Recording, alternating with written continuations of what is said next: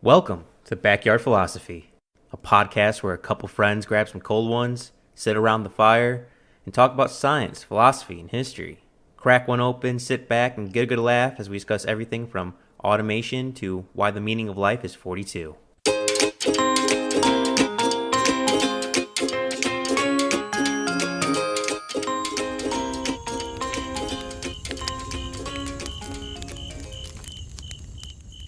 They say all roads lead to Rome, but in the 21st century, and we're worried about climate change, rising levels of CO2, shouldn't all public transportation lead to Rome? We're going to talk about cities, where they are, why they're there, new cities, old cities, dense cities, spread out cities. Where would you put cities? Before we get into that, Mike, how you doing? What are you drinking? I'm doing pretty good, drinking some 9 branded bourbon. It's from Austin, Texas. Always got to bring it back to Texas. And yeah, cities being built, being complex. But what about you, my friend? What are you drinking? How are you doing? I just got some Gatorade because I got stuff I got to do tomorrow. That's all right. My liver's strong enough to handle it for both of us. But cities, Nick, cities are being built and old cities are being renovated. And there's so much happening in the bustling cities. And there's so much more happening in the upcoming future. And I am excited to talk about that. So I think some base knowledge for as the population grows across the earth and areas become more and more sought-able, more buildings, homes, land needs to be renovated, created for those people. And currently, in the entire world, a new city can cost as high as $1 million per resident, and anywhere from 100,000 to 50,000 for more economic city. And of course, the more people there are, the more the city cost goes down. And cities, by relative agreed terms, is a population of 20,000 or more people. And I think it's important to note out for an acre in the United States, the average price is about $3,000 per acre, which seems really high to me. But then again, it's land. Land is so valuable, isn't it, Nick? Yeah, $3,000 an acre. But some history lessons. The reason why cities have formed and cities have been around for thousands of years is a magnitude of different reasons. Usually, cities are founded by water of some sort because, well, you got to drink water or else you're going to die. And also, another major point is trading routes. So, yes, you got to be worried about agriculture, stuff like that. But if money and goods aren't coming in and out, whether it be from a river basin, a ocean, an opening across a mountain pass, your city is going to fail. A city can only be sustained so much as long as things are coming in and out. It's a hubbub. I mean, think about it. You can't grow an entire food population inside a city for the people.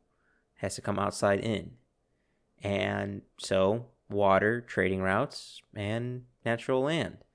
Unless you're Chicago and you build it on swampland, you usually try not to build in low fields where you could get swamped and, or at very least, not even farm. So that's where a lot of our ancestors came from, and we're not too far off from what they were thinking.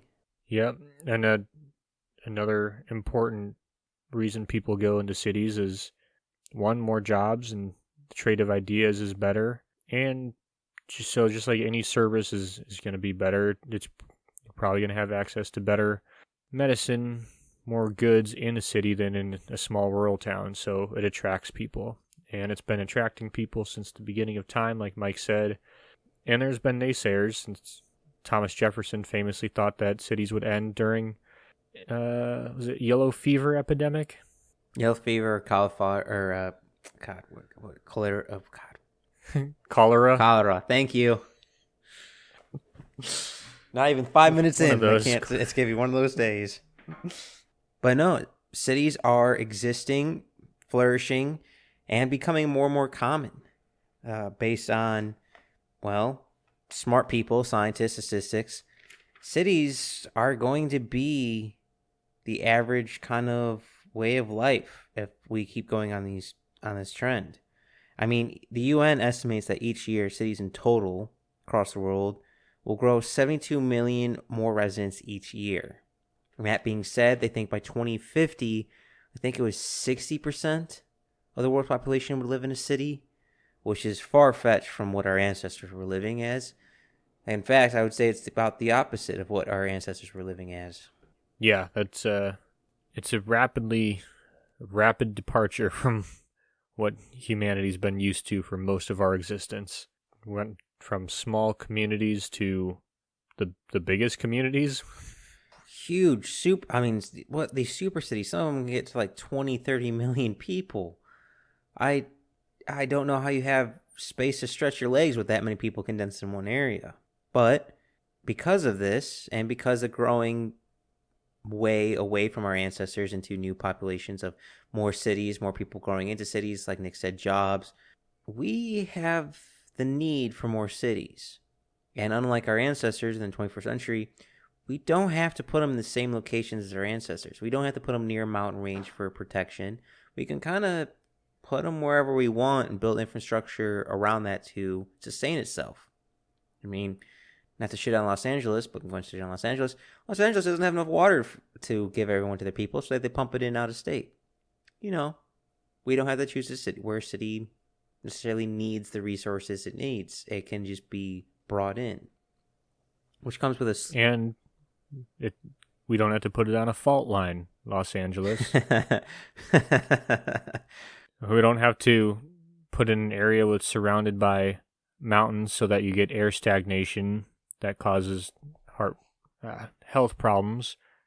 Also, Los Angeles.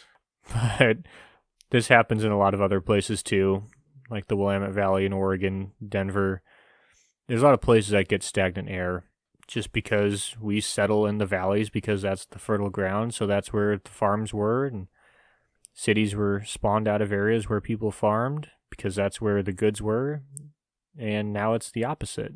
Now we don't need to be right outside ag land to have a sustainable city.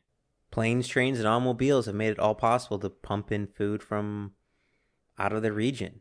And in fact, with all this population entering in and the need for more room and grow, a lot of cities are being developed and made by different countries. If I remember correctly, at least 120 cities and 40 different countries are being currently built or planned. One of them is in Egypt. The good old capital needs a new capital. Egypt is building a new capital 28 miles east of Cairo. The size of the city they're building is about the same size of the entire country of Singapore. The reason why Egypt is doing this is much like we were talking about with population and not necessarily needing to be near a bison water trading route, food, agriculture we can transfer it in. But the main reason for Cairo moving its capital is people are so condensed. You may find it if you go to Cairo that you cannot travel in the city. If you try to get to point A to point B, most days you won't be able to. It's that crowded.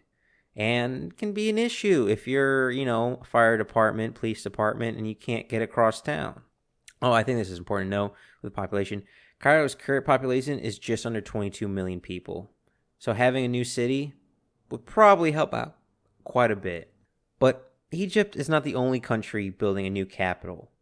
Indonesia is also building a new capital, Jakarta. Jakarta is sinking currently due to climate change and land erosion. So Indonesia's like, you know what? Rather than put all our eggs in one basket and try to save the city of Jakarta, we'll build a new city and move our capital there, which seems to be a very common theme. When researching this, I came across a very common trend that the majority of countries that are building new cities are in either Africa or Asia. They tend to be the biggest boomers for creating entirely new cities, which kind of makes sense if you look at it population and economic wise. For Asia, population, I think 1 something billion people live in China. So China's building a lot of cities. Same with India.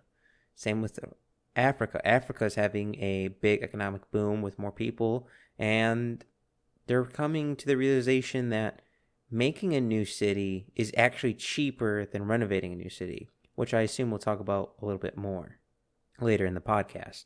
Yep, we'll get to that. But I really didn't look into building a new city, so I want to hear. I mean, I can see how it would be cheaper.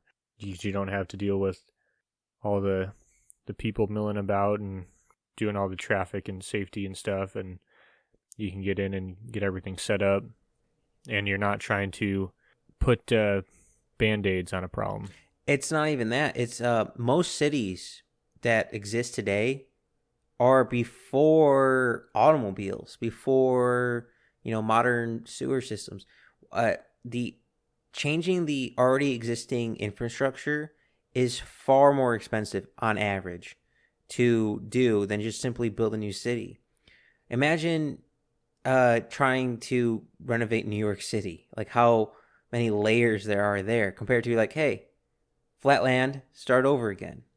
And that's kind of what China is doing. Except China's, instead of worrying about current cities and trying to renovate them, they're just simply building new cities because they know their population is grow and will just get ready that way. In fact, cities in China are being built so fast that they're becoming empty. The China's building cities too fast so the people can't occupy them. An example of this is an empty Chinese city is the city of Kabubashi. This city, originally designed for 1 million people, was quickly redesigned for 300,000 people, but only 30,000 people live in this city. It's cheaper, faster, and much quicker to build if you don't have to worry about the pre-existing infrastructure, what kind of materials they use. You can start from the ground up. It's just so much faster and cheaper. Africa is starting to do the same thing. In countries in Kenya, Ghana, they are building just straight from the ground up. They realize that the previously infrastructure is not a good way to continue to build. And many people have humans, being Africa and Asia mainly, account for 90% of the human growth from now to 2050. So they need new cities for all these new people. And Africa is in a dilemma because though it is expensive to renovate a pre-existing city, the great thing about renovating a pre-existing city is the people already there. You don't have to move people. You don't have to navigate people. You don't have to get new business trade to convince people to leave their homes. So it is a dual-edged sword. But from what I could tell, building a new city is far easier and cheaper to do. Where I can understand in China that the government's probably paying for that. I mean, is these private businesses that decide that they're going to put a new city here? Is this governments that are coming together with industry to say, we want to put a city here? Do you want to buy some of this property? Or, I mean, this has got to be a pretty coordinated effort by a lot of people. So from what I could tell, a great example of this being in Abu Dhabi with the Masdar city, is the government decides the region and then asks foreign investors to get in. If I remember correctly, foreign investors make up about 60% of the Abu Dhabi city, or it could be the Saudi Arabia line, which I want to talk about later in the podcast. But it seems to be both necessity by the government itself, and if you build it, they will come, versus, hey, we're going to build this, do you want to be part of it? And it kind of forces them to be a part of it. So it's kind of those two worlds. Gotcha. Yeah, I mean, we just, you never think about the cost of building a new city. Just cities have always been there. Like we talked about, trade used to be a popular trade route, good port or whatever, but just the cost of building a modern city, I mean, just even something as like an apartment complex can be expensive and complicated enough, but a whole city is almost mind-blowing. Like I said, it's on average 100,000 to 500,000 per resident, and as high as 1 million per resident. So if you want to have a city of 30,000 people, that's that could be easily $30 million to build the structure, because you got roads, transportation and public transportation, airports, all these water set cleaning, all these necessities. But like we mentioned earlier, now that we're in the 21st century, we don't have to put them where they are. I see a big thing what Asia and Africa are doing is they're putting them in non-farmable land. A big one happening in Abu Dhabi and Saudi Arabia is they're putting them in the desert away from water, which I thought was quite interesting. Again, the Mandar city in Abu Dhabi, the line in Saudi Arabia, and the new Cairo. I'm not quite sure what the new city will be called, which I thought this is kind of a little bit off topic, but since we're talking about desert cities, with these new cities comes new technology. Many countries are trying to make their cities, green, solar panels, etc., etc., but also to render cars obsolete. I don't know if you came across this, Nick, with cities where they're trying to get rid of cars. I did come across this, and I have a hypothetical question for you before we get back on track. If America was creating a new city, do you think we would call it New New York? Nah, let's call it New Jackson or something like that. Because the old York, we had to make a new one of. I think it'd be hilarious if we called it New New York. Pull a Futurama. I mean, I find it funny, but boy, that'd be confusing. No, no, no. I'm not from New York. I'm from. He's not. He's a New Yorker. I'm a New Yorker. Exactly. I think we have to do that. But yeah, cars going away. Yes. Madrid, Paris, Chengdu, Masdar. All these cities are trying to remove cars. Now you might be thinking to yourself, what are you talking about? Well, if you're renovating a city or building a new city, public transportation is kind of in your mindset. So Masdar City, it's a city being built in Abu Dhabi that's trying to be a green city. So, like I said, solar panels, desalination, hydrogen, lots of public transportation. This city the buildings would be so close that cars couldn't travel, but trolleys and subways underneath the system could. People could walk everywhere. It would be a city meant to publicly transport, not have a car with. This is kind of, I want to say this for a little bit later, but I mentioned it now. Saudi Arabia is also building a new zero carbon city, but this city is not a traditional city. It's a city in a straight line, stretching over 100 miles in a straight line. And supposedly, when finally built, will only take 20 minutes to get from one side to the other through public transportation. That seems a little bit ridiculous. Super trains, they got a lot of money in Saudi Arabia. It doesn't seem too much, but it does beg the question. So now that you have desalination plants and you have places in the desert that need places for the people, why not choose land that you can't farm or there's natural water? You can choose wherever you want to have a city and simply build infrastructure to help support that city. And it seems like Abu Dhabi and Saudi Arabia are going to try to do that. I just thought it was very interesting that Saudi Arabia is making it a vertical line, a straight line, rather than the traditional grid and circle layout for a city, which I want to talk about later. But going back to the desert, since you answered hypothetical, Nick, I feel it's fair to answer another hypothetical. I saw a very common trend. I don't know if you came across this as well, but building a new city is expensive for the residents moving into that city. It tends to be a rich man's qualm rather than a poor man's qualm. I think it was in Singapore where the average cost to live there was 50,000, while the average income was less than 20,000. And with Cairo having its new capital built so close, I feel as if the new cities are for the rich, the old cities are for the poor. If you're rich enough to get out into the new city where it's green, new, fresh, you'll get it out, and the decaying old cities will be left to the poor. And I was wondering about your opinion on this. Yes, and yeah, I understand that it costs a lot to move into the new city, but imagine something has to change. It can't be sustainable to have that high a cost of living without bringing workers in from far away. And I don't know. It's just maybe with Cairo where it's close, people could live in Cairo and work there, but it's going to have to even out eventually. Oh, so, sorry. Since you mentioned work, I saw it was very interesting for mainly Asia. I didn't see so much for Africa. Asian countries are trying to make new cities where you're no more than 5 minutes walking distance. No, was it five? It might have been 5 minutes walking distance or 5 minutes public transportation from your job, which sounds like a great commute, but also quite weird how compact and tight everything is. I don't know how I quite feel about that. But yeah, we no longer have to choose where cities are needed. We can have them where we want, and then we'll bring the resources to us. Again, Africa. And so part of not just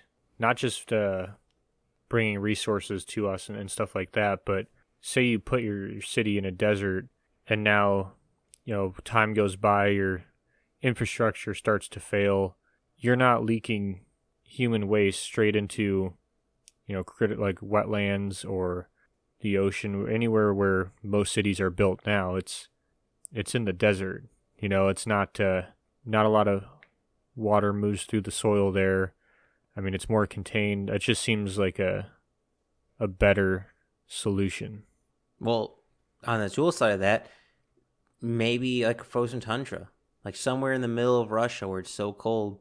With new technology, you can build a new city there. Just have their population spread out. You no longer have to have a city in a warm, temperate area that's near water. The rule books are it's like Minecraft, Nick. You can build the city wherever you want now. And people are again 120 cities are being planned or are already being built that are brand new. Yeah, and there are cost things to consider there. Like one of the things for that I was looking at where you want to build, building in extreme environments, like you're going to need to spend a lot of money temperature wise, either heating or cooling that area or determining ways to lessen that. But so it still might be better to be somewhat more temperate, but at the same time, I can understand why that would be a good place. And, a desert, everyone loves living in those warm places during the winter. So, Well, a lot of these countries don't have choices. Saudi Arabia has no rivers inside their country. If I remember, oh God, it's a West Coast African city that's building a new city. I can't remember the name off the top of my head. It has no access to fresh water, only the Atlantic Ocean. So desalination plants give them the ability to build new cities. And well, since you said it, Nick, what you mentioned earlier with sometimes renovating an old city to keep existing, and choosing a location that's kind of temperate. Boston. If you haven't heard it, we've done an episode on how the coastal rise is affecting many places, one of them being Boston. Boston's trying to fight a fight where they're losing, and it might be time for Boston to build a new city elsewhere, a new Boston. finally. Oh boy, don't be careful, Nick. They're a fighting culture that you will lose. I meant finally you're using my joke of new cities, doing the same thing we made fun of the settlers who are coming in there with their creative names and creating a new city like New York, and we can make New Boston. Uh, well, for some reason, I still feel like we'd be more creative than the British. That's a good point. But yes, the current infrastructure we have for a lot of major cities, Boston, New York City, a lot of cities near the coast are being heavily infected by coastal rise, climate change. I mean, look at Venice. Venice is disappearing. Venice might be gone in our lifetime, Nick, because water rising, ruining the infrastructure underneath. It's the end of many cities. So maybe it's time to move the land inland, where it's a little bit more drier and we have more time to figure stuff out. A little bit longer commute to the pier, but it sure beats having all my stuff flooded. Yep. I myself live in a tsunami zone, so I think about that all the time. But one interesting trend I saw that matched it with our ancestors and modern cities being built is the need for trade routes. I guess no matter how much we change, we're still all the same. We might be able to move away from water sources with desalination or pumping water through pipes and stuff like that to reach us. But every city being currently built is thinking about jobs and trading. I mean, back from our ancestors where we're building roads, buildings and stuff around the Silk Road, around the Mediterranean Sea, trading hubs. We're doing the same in the 21st century. I don't know if you came across this, Nick, but that seemed to be a major point of where to decide where a city should be for the new 21st century is trade. Can we get ships here? Can we get railroad here? Can we get roads here? Is it good, fair weather for planes to land? That was probably the biggest factor I saw for new cities being built. Yeah, I definitely agree, especially as it just seems like we're doing more and more of sending stuff different places, ordering stuff online. People need stuff from all over the globe. Economies are rising. Everything is being specialized in its own place. So even just your car parts are coming from all over the world. So the ability to be along those trade routes and cheapen the cost of shipping and transportation and all that was one of the biggest factors of creating a city, because it's really one of your limiting factors. If you can get water in most places, you can get food shipped in. I mean, if you live somewhere impossible to get to, the cost of getting food there is going to be high. So even just to make someplace livable, you need to be able to get goods there. Absolutely.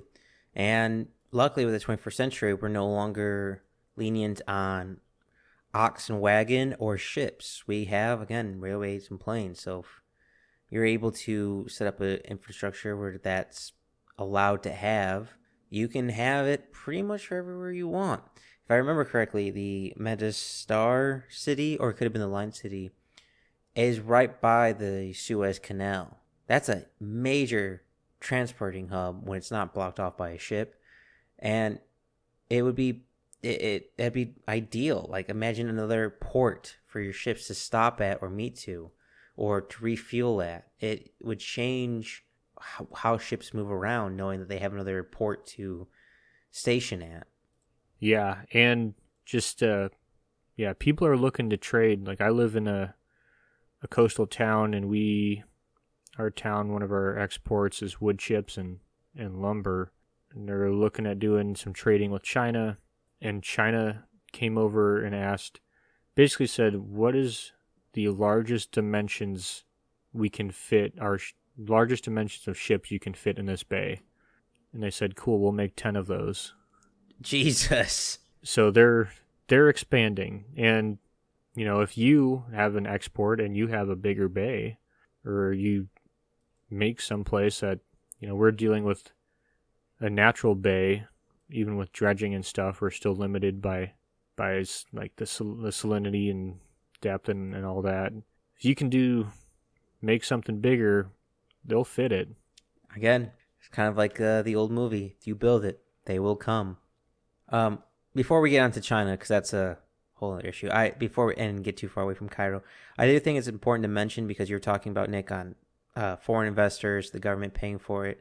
For Cairo's new capital, it's coming from their military budget. So half the military budget is going towards this new city, which the military people are for, because I believe how the contract set up, the military will receive income and funds from this new city. So the military is set up to make a lot of money when the new city's done and built and new business comes in. So I thought that was quite interesting. That's another thing that I didn't see, but I was always thinking about, is you can now put your more strategic cities in a lot safer places. Oh God, yeah. I mean, look at Switzerland. Switzerland is a impossible city to invade or something like that, simply because how they designed their country, their mountainous regions and bombs. I imagine many countries want to follow that. Like, imagine trying to invade Australia when their capital is in the very center of their continent. I mean, it's hot, it's a lot of desert, a lot of flat land. You're going to be seen a mile away. It's a fortress. Yeah, it's like invading Russia in the winter.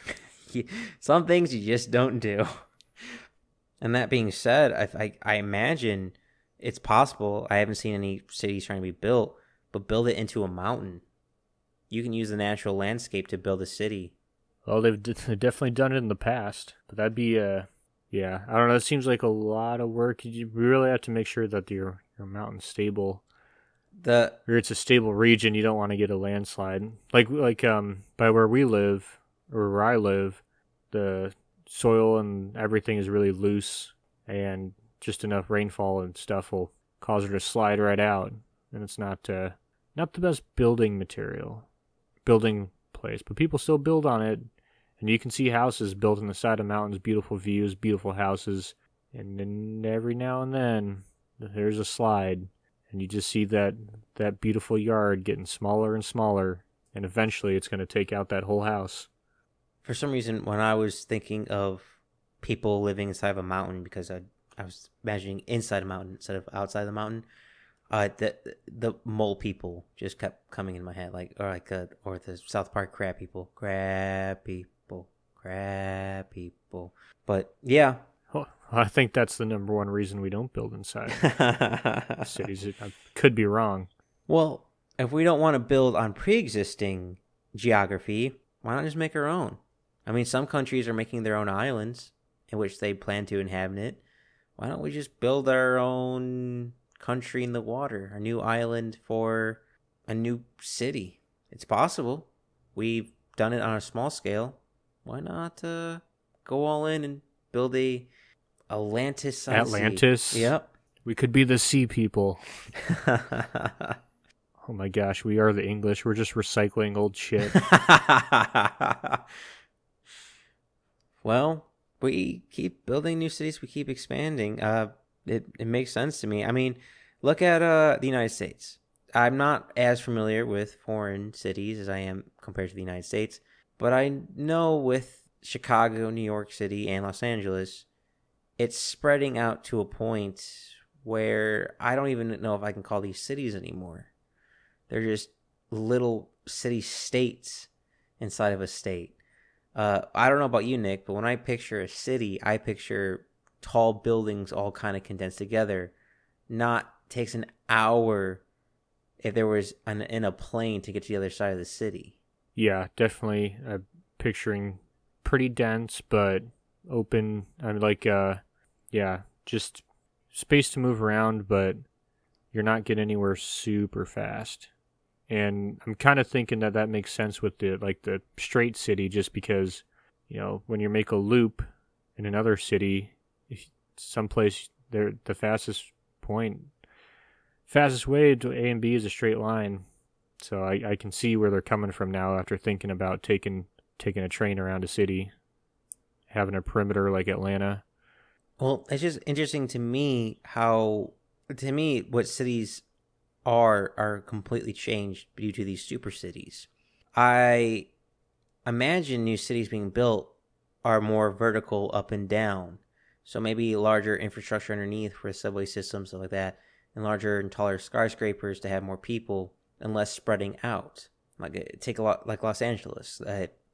Los Angeles covers a huge area if you count Los Angeles and the neighboring suburbs. Same with Chicago and New York. That doesn't quite seem like a city to me. So maybe having a new type of city geograph-wise, like the line or half circle or something change might be better. Instead of having the same old grid or circle pattern, maybe try different Well, shapes. I think the grid pattern was basically designed for car-based cities, or maybe horses or carriage or something like. But I do think that, yeah, we're going to be seeing different shapes, because I know a lot of what I've read about the construction of new cities is building up, obviously taking advantage of all that space, but having like more open areas. Like everyone likes their green spaces or parks and stuff, have more outdoor seating for restaurants and stuff, and large places to walk, and bike lanes and stuff that encourage people to use other forms of transportation as opposed to vehicles, as opposed to cars, is kind of what I've been seeing. Probably like an underground subway, whatever you want to call it.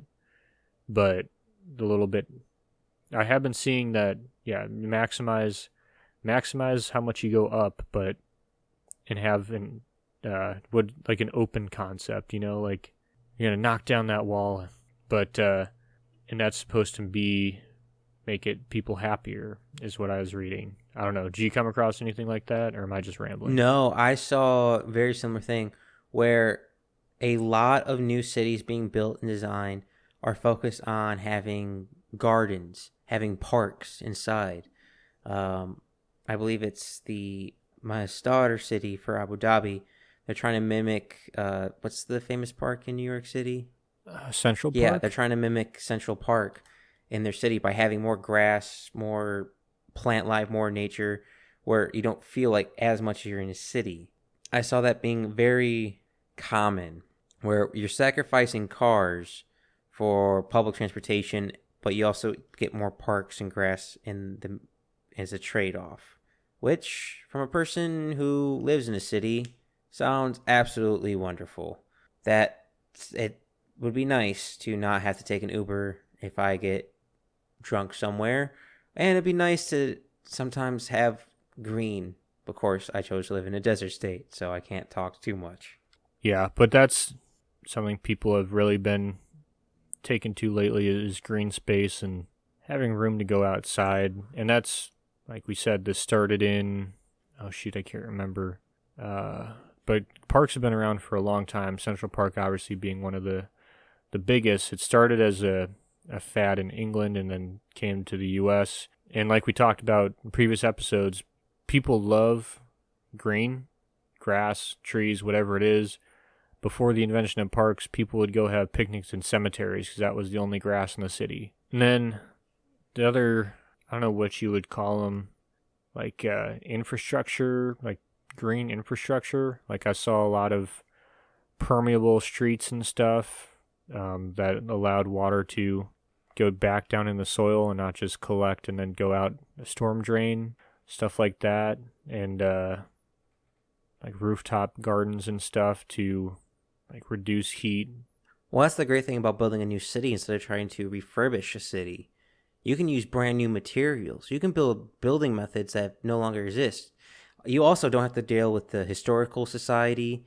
You can simply build a new city with the best methods possible and the best foresight possible. I mean, most city, I would say most city, I would say almost every city, I would say every city built in the 20th century and earlier has all been added on to a city that was previously built. So as the city kept growing, they kept adding in more infrastructure, technology kept changing. It's not the same as it used to be. So I imagine starting from brand new, you could plan a much more ergonomic, economic city. And you could have your fields, your trees, your parks much more easily with new building materials for the roads, for the skyscrapers, for the apartments. I, I guess I can see why it's so much more appeal to build a new city rather than try to refurbish a old one. Yeah, for an example of what those materials would be, even just like the color. I forget exactly the material, but area like cities that are in the desert would have a high. It would be pretty like white, and they'd reflect a lot of sunlight. They'd be a lot cooler than buildings that we have constructed now. It's just so you'd save energy on cooling. They'd have different roofs that help pass heat on, stuff like that. And yes, and with the ability to create with building materials, you can create new designs. We don't have to follow the basic rectangles anymore. We could maybe come up with a triangle shape or some shape that's more mindful of maybe the environment. Maybe based on a certain shape, you can direct wind blowing, so that way it keeps your city cooler, keeps your buildings cooler. You don't have to use as much temperature. Or maybe because you're compacting them a little bit more, changing the shape a little bit, you keep the cities a little bit warmer. So because you're using more city buildings as windbreakers rather than the traditional of the grid system of the wind kind of goes in between and weaves in and out. Yep, I have seen people talk about that of designing their cities so you can get the maximum amount of airflow through it to keep things cool, which I thought was kind of. That seems like it just takes one person to ruin that, I imagine.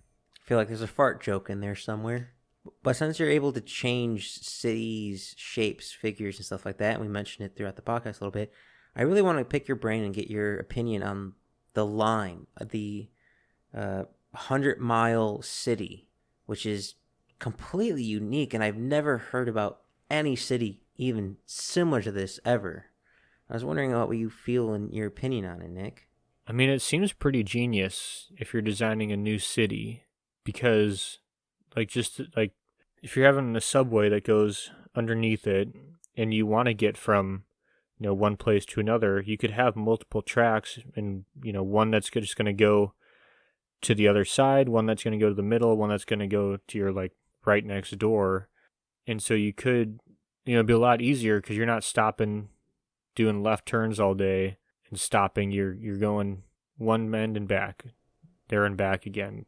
And you're not going out to the sides, so it's not like, oh, you got to get on this one and then get on a train that moves north south and then a train that goes east west. Like, once you're out of the station, you're within walking distance to the end. And I'm sure that'll change as it expands, but I don't know. That is, in my mind, it's looking pretty genius.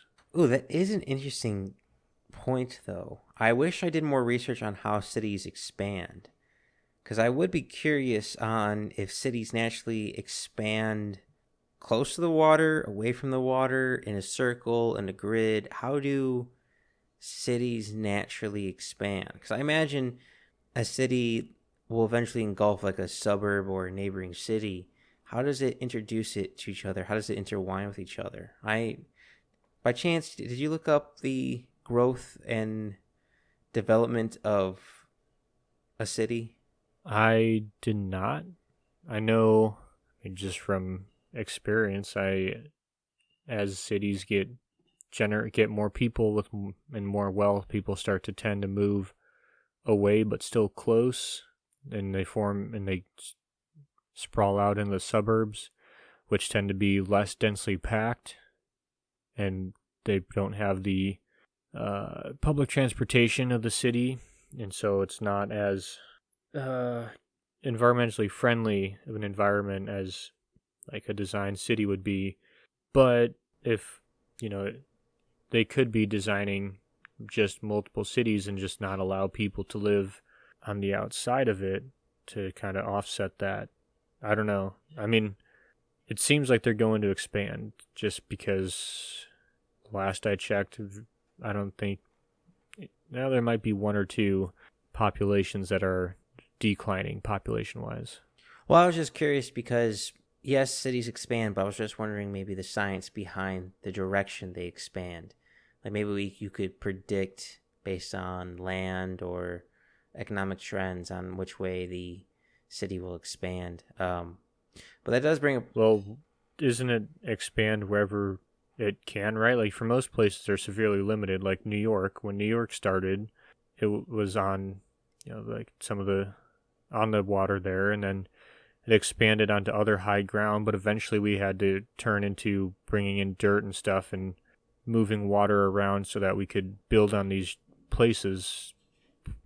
And so pretty much we expanded wherever we could. Yeah, but then again, you have cities like Phoenix, which are relatively new city that's wide open, full of land, and I imagine there's a reason why it grew the direction it grew, or the way it spread out or expanded. There's got to be many, if not, or maybe just one underlying reason, but at least a reason. Yeah, I don't know. Couldn't tell you. Should know that, though. That would probably have been important for this episode. Well, to save us from looking like fools with a capital F, you did mention one point of limit city sizes, which, if we're able to build new cities, kind of makes sense to me. Imagine, well, just to pick on Los Angeles again, a Los Angeles not exceeding its water limit, where it's not hemorrhaging and completely draining, but it was only allowed to build to a certain size, and then California simply had to build a new city. I imagine that's more economically good The only problem is, since we're able to build it wherever we want, I'm worried that we might build it on viable land that we might farm or might want to keep as a national park. Well, I guess, I mean, if you're growing it somewhere where you probably can't farm, it'd have to depend, right? Because what, like, if there's no environmental reason, like no sensitive habitat, no endangered species, why would you not expand? And I guess the argument to why you would not expand would be if you don't expand in a similar way to the city's infrastructure with, more spread out, more suburbs like stuff, it'll be worse for the environment emissions wise, and have caused people to have more cars and increase travel. I would also add on to that is humans don't think that far ahead. They might not think 5, 10, 15 years on how that'll completely change the geography and the structure and the economics of that city. I imagine when New York was being developed and made, they weren't really thinking about, oh, how is this going to affect people in 5 years? They just kept building and building, and when a new problem arrived, they kind of fixed it. If you limit a certain city size to be, hey, it's got to be 100 miles in diameter, and you can have as many people as you want, but it's got to stay in those city limits. That might change on how a city spends its money, how a city is designed and developed, and might make people less on top of each other. It might create more cities, but less super cities. Well, so more densely populated places tend to have less cars and tend to use public transportation and go by foot more. But you get too populated, people tend to become unhappy. So there's a fine line there. And it's different for each country. People dense in the US are not really dense according to a lot of other places if you expand it out beyond the metropolitan center. But I don't know I almost feel like having a few mega cities would be more beneficial than having multiple cities. But I feel like that's more like of a China move of telling people where they can and can't live.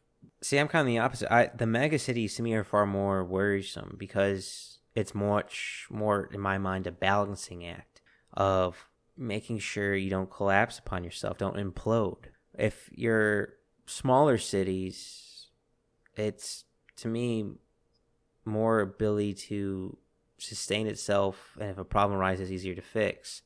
That being said, unfortunately, I just think of Detroit. Granted, Detroit failed. It hurt a lot of people, but it didn't fail the country. If you have a bunch of super cities, like imagine if, well, actually, I should take that back because I was going to say, imagine if New York or Los Angeles failed, which are debatable, but they're still bringing economic means. I don't know. I feel like spreading out small, maybe it's just me, Nick. Maybe I just don't want to live in a highly density area, and I'm just projecting that onto this conversation. Yeah, I mean, luckily for my job, I'll never be able to live in a highly populated area, so I'm not as afraid of that. But I have seen a lot of people say these mega cities are the future and we should get everyone together, and because you reduce transportation costs, if instead of you're shipping everything all over the place, you're doing by rail and boat just to a few places, is where I think this is coming from. But I understand what you're saying of Detroit failing didn't fail the country. Whereas if we only had 5 cities and everyone lived in those 5 cities and we collapsed one of them, we'd be screwed. Of course, having the apocalypse maybe not be the worst thing. We'd only have 5 sports teams. That, woof, yeah. Well, not necessarily. I mean, New York Jets, New York Giants. Some cities get multiple teams. Yeah, but they only get one good one. I'm still waiting for a good one because I was gonna make a couple jokes there, but probably piss some people off. But another constituent we talked about earlier before with the climate change. Either way, we need to either retrofit cities or build new cities with the preparation and mindset of the climate change that's going to happen. Like you mentioned, Nick, with adding more land for New York City so it doesn't sink. Boston is sinking. Los Angeles is in a drought. With a new city, we have the ability to think ahead, maybe plan like, hey, again, how this could have looked in 50 years. Yep. And so the U.S., our biggest cities, L.A., Chicago, New York, have an urban area with over 10 million inhabitants. And then Boston, Philly, D.C., Detroit, Atlanta, Miami, Houston, Dallas, San Diego, and San Francisco have 5 to 9.9 million. And then the lower ones have less than that. It almost seems like that's L.A., Chicago, New York double a lot of these other cities. Like that's almost seems like they're mega cities. But when I think of mega cities, I almost think more like Tokyo or something like that. Yeah, Tokyo. But it is crazy. They're the closest 5 to 9.9 million inhabitant cities to the center of the country is Dallas and Houston. Really? Not The majority Kansas City or St. Louis are not on that list? Kansas City, St. Louis, Denver, Salt Lake, Minneapolis, Indy are 2 to 4.9 million inhabitants. Maybe, well, I guess it comes back to water. It must be. It's just weird. Obviously you have up and down the coast with your ports and stuff, but yeah, there's not a lot going on in the middle. Even Seattle and Portland are smaller. Well, it just goes to show you, if you're going to build a new city, build it by the ocean or a sea so you can transport goods and build piers and ports. It's all about trade. You got to get those goods in the center of the country. Well, hypothetically, Mike, if you had to put a new city, a soon-to-be mega city in the United States, where would you put it? Ooh, in the United States, I would probably say, if I was thinking economically and one that actually might work, the Carolinas. I don't feel like they have a large city, but they're right there by the coast. They're midland, kind of tempered, so they don't get harsh winter. And there's already existing railway to move stuff inland. I think that's my smart decision. What about you, Nick? If you were gonna start a new city somewhere, what another city in Florida, another city in Texas? Where were you starting a city? I was trying to think of, from more an environmental standpoint, where would be the best to do it. Because Florida, you're going to have hurricanes. Same with kind of the little bit of the East Coast there. I was thinking, Chicago's in a pretty good place because you can come through the canals for shipping in there.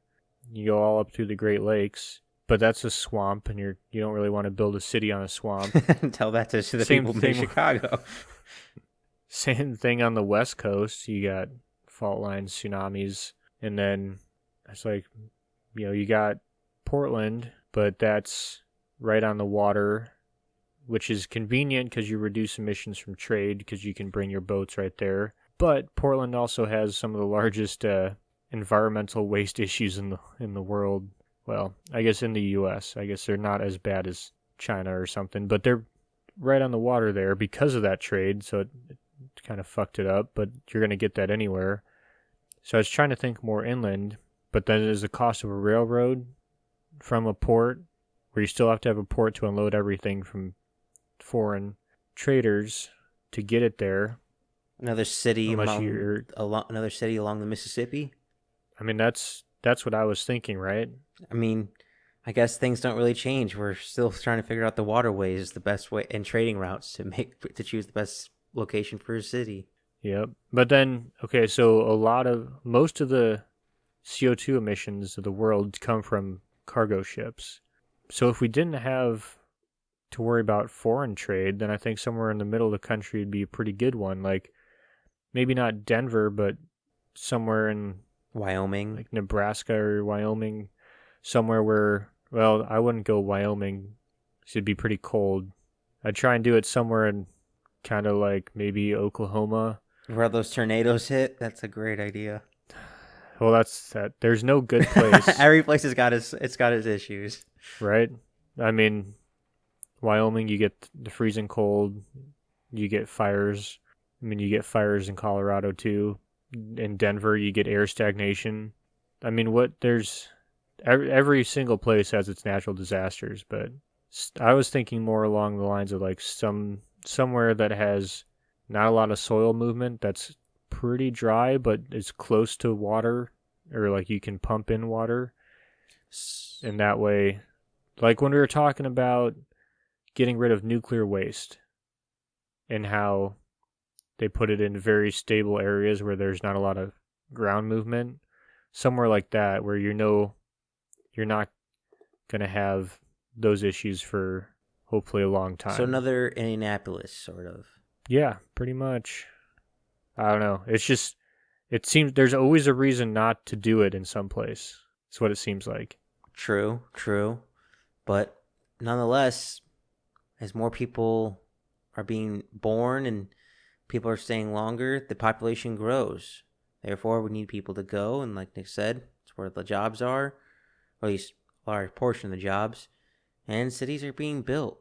Cities are being created, and I'm curious on our listeners on where they think a city be built, whether it be here in America or elsewhere in the world. Where do you think a city should be built, and why you think a city should be built? And in case they wanted to tell us their answer, Nick, where would they find us? You can find us on Instagram and YouTube at the Backyard Philosophy Podcast. And can you find us on Twitter? You cannot find us on Twitter. Because nothing ever gets built on Twitter. There you go. Ugh. And before we get out of here, Mike, what are you reading? I am still reading Tales from the Ant World by Edward Wilson, which I am learning far more about ants and their complex social structures than I thought I ever would. And it's a really great read. It's really well written, and I highly recommend. What about you, my friend? What are you reading? Well, I just finished Longitude, the true story of a lone genius who solved the greatest scientific problem of his time by Davos Sobel. Excellent book. I highly recommend it. And I don't know what I'm going to read next. Ooh, seems like the listeners have an option to also tell book recommendations. Well, I'm between Charlie Wilson's War, Rape of Nanking, and a book about trees. So, depressing topic or boring topic? I see. Yeah, pretty much. Well, with that being said, my friend, cities are complex. They're living organisms in my book, and I can't wait to see the new cities being built and to visit them, but hopefully not live in them. And as always, thank you all for listening.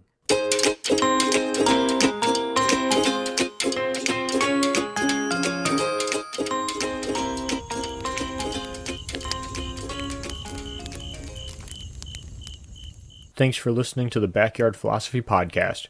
We rarely finish a podcast without missing a point we wanted to bring up, so let us know what we forgot. And if you have a topic you want us to talk about, let us know at Backyard Philosophy on Instagram